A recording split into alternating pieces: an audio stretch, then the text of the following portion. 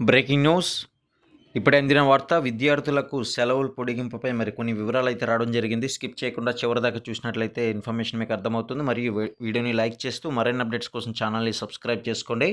అయితే మరి వేసవి సెలవులు అనేది పొడిగించాలని చెప్పి ఇప్పటికీ మనకి ఒక కీలకమైన వివరాలు అయితే వస్తూ ఉన్నాయి. ఇందులో భాగంగా ఆంధ్రప్రదేశ్లో ప్రస్తుతం ఎండలు తీవ్రంగా కొనసాగుతున్న నేపథ్యంలో పాఠశాలల వేసవి సెలవులను పొడిగించాలని బీజేపీ శాసనసభ పక్షనేత మరి దీని పట్ల చూస్తే విష్ణుకుమార్ గారు రాజు రాష్ట్ర ప్రభుత్వాన్ని అయితే కోరారు. జూన్ 12న పాఠశాలలు తిరిగి ప్రారంభం కావాల్సి ఉన్నప్పటికీ కూడా వెంటనే జూన్ 13, 14 తేదీలు మరి వారంతపు సెలవులు రావడంతో పాటు రాష్ట్ర వ్యాప్తంగా కూడా అధిక ఉష్ణోగ్రతలు నమోదవుతున్నాయని ఆయన పేర్కొన్నారు.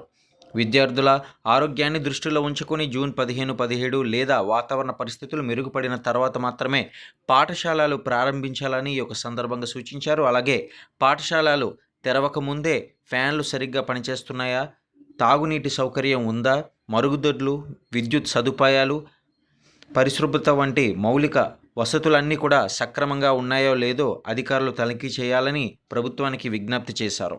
మొత్తం మీద విద్యార్థులకు సురక్షితమైన, అనుకూలమైన వాతావరణం కల్పించడం ఎంతో ముఖ్యమని, అది ప్రభుత్వం యొక్క బాధ్యత అని తెలియజేశారు.